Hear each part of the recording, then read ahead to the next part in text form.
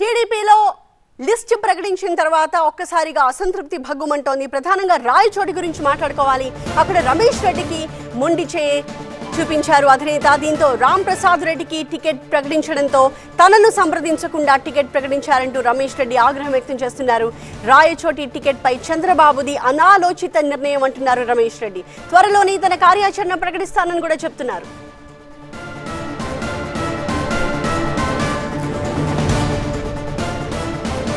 మా ప్రతినిధి సుధీర్ లైవ్ లో జాయిన్ అవుతున్నారు తాజా సమాచారంతో. సుధీర్, కడపకు సంబంధించి మొత్తం 4 స్థానాల్లో కేవలం రాయచోటి గురించే ప్రధానంగా మాట్లాడుకోవాల్సి వస్తోంది. మిగిలిన చోట్ల అసంతృప్తిని అంటే బుజ్జగింపులు పర్వం సక్సెస్ అయింది, కానీ రాయచోటిలో మాత్రం అది ఎందుకు సాధ్యం కాలేదు?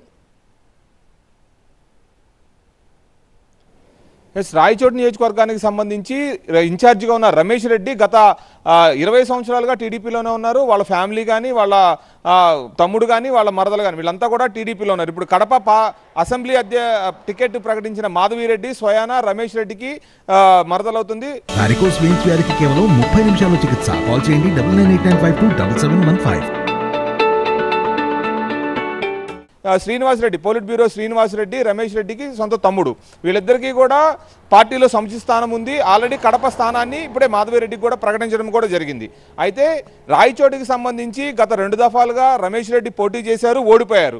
అయితే ఈసారి ఎట్టి పరిస్థితుల్లో ఎన్నికల్లో గెలవాలి అనే ఆలోచనతో సర్వేల ప్రకారమే టికెట్లు ఇస్తున్న చంద్రబాబు ఈసారి రాయచోటిలో ఉన్నటువంటి రాంప్రసాద్ రెడ్డికి టికెట్ ప్రకటించడం జరిగింది. అందులో భాగంగా రాంప్రసాద్ రెడ్డిని టీడీపీ అభ్యర్థిగా ప్రకటిస్తూ ఇందాక చంద్రబాబు కూడా నిర్ణయం తీసుకున్నారు. అయితే గత 4 రోజుల క్రితమే రమేష్ రెడ్డి అసహనం వ్యక్తం చేశారు. నాకు టికెట్ రావట్లేదనే సమాచారం ఉంది, అందువల్లే నేను అసంతృప్తిగా ఉన్నానని చెప్పేసి బహిరంగంగానే రమేష్ రెడ్డి చెప్పారు. అంతేకాకుండా నిన్న రమేష్ రెడ్డికి సంబంధించిన సొంత మండలం లక్కిరెడ్డిపల్లి గ్రామంలో కూడా కార్యకర్తలంతా టీడీపీకి సంబంధించిన బ్యానర్లు కానీ, జెండాలు కానీ అన్నీ కూడా తగలబెట్టారు.